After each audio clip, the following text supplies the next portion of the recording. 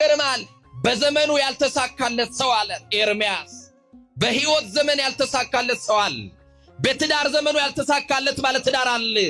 የእግዚአብሔር ልጆች በትዳር ዘመኑ ያልተሳካለት ባለ ትዳር፣ በንግድ ስራው ያልተሳካለት ነጋዴ፣ በመሪ ዘመኑ ያልተሳካለት መሪ። እንዴት ልበላችሁ? ብዙ አይነት ስኬቶች አሉ በህይወት። አሁን እዚህ ውስጥ ያልተሳካልን ነገር ምንድነው ብንል ግማሹ በትዳር ደግሞ ትዳርን ይዞ በልጅ ልጅ ይዞ ደግሞ አልተባረካል፣ ንግድ ጀምሮ ያልተሰመረለታል፣ ተምሮ ስራ ያጣል። በተለያየ ዘርፍ ስኬት የሚለውን ነገር ልናገኝ አልቻልንም። የኛ ጥረት የኛ ሩጫ ምንም ሊፈጥርልን ደግሞ አልቻለም። አንዳንድ ጊዜ ቢዝነስ የሚያማክሩ ሰዎች ገንዘቡን ሳትይዙ በጣም በጭንቅላታችሁ ቢሊየነር አድርጓችሁ ምክር መክሯችሁ ይወጣሉ። ከምክሩ በኋላ እናንተ ያላችሁበት ህይወት ላይ ቆማችኋል። ምንም የተለወጠ የለም። ሞቲቬሽናል ስፒከር የሚባሉ ሰዎች አሉ። ሞቲቬት የሚያደርጉ ለስራ የሚያነሳሱ ናቸው። ለስራ ያነሳሳሉ እንጂ ከወደቅንበት የሚያነሱን አይደሉም። ከኃጢአት የሚያጥሙን አይደለም። ከእግዚአብሔር ጋር የሚያገናኙን ሞቲቬሽናል ስፒከር የሆኑት ሰዎች የሉም። ልብ አድርጋችሁ ስሙኝ።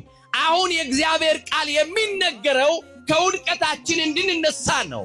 ከተዳደፍንበት እንድንጠራ ነው። የሚያጥበን ጌታ አለስ። መቆሸሻችን ከገባንና ካመንለት፣ መውደቃችን ከገባን እጃችንን እንስተውና እሱ ደግሞ እጁ ይዞ ስቦ የሚያነሳን ጌታ እንዳለ እንነግራችኋለን። ብዙ በሕይወታችሁ ያልተፈቱ ቋጠሮች አሉ። አዎ ከቋጠሮ በፊት መፈታት ያለብህ አንተ ራስህ ነህ። ጤናማ ያልሆነ ትዳር ውስጥ ያለ፣ ጤናማ ያልሆነ ንግድ ውስጥ ያላችሁ፣ ጤናማ ያልሆነ ቤተሰብ ውስጥ ያላችሁ መጀመሪያ ትዳራችሁ ይፈወስ፣ መጀመሪያ ንግዳችሁ ይፈወስ፣ መጀመሪያ እናንተ ጤናማዎች ሁኑ። ለዚህ ነው ብዙ አይነት በሕይወታችን ስኬት የሚለው ነገር የተለየን።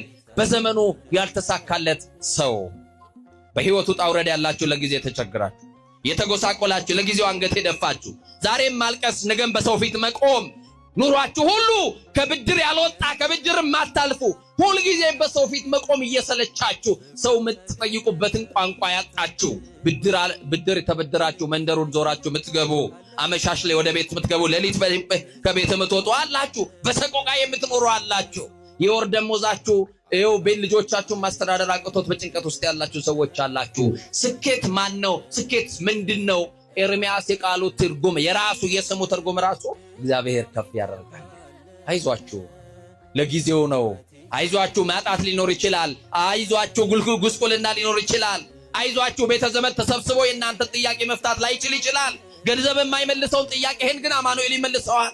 አይዞ ወንድሜ፣ ስልጣን የማይፈታውን ጥያቄ መድኃኒዓለም ይፈታዋል። ልመናችሁን ለባለጸጋዎች አይደለም፣ ለባለስልጣን አይደለም፣ ለመድኃኒዓለም ንገሩት። እሱ የኑሯችሁን ቋጠሮ ሊፈታ የሚችል የመረረብኝ ነገር ውስጥ ገብቶ ጣፋጭ መሆን መለወጥ መቀየር የሚችለው እሱ ብቻ ነው። ነገራችንን ለእግዚአብሔር አሳልፈን አልሰጠነውም። ዛሬም ጭንቀት አለ፣ ዛሬም ምጥ አለ፣ ዛሬም ያልተከነ ቋጠሯችን መተናል። ዛሬም ለቅሶ ነው፣ ነገም ለቅሶ ነው። ይሄው በለቅሶ ከቀጠልን ብዙ ዓመታት አሳልፈናል። ያልተስተካከሉ የህይወት ምዕራፎች አሉ።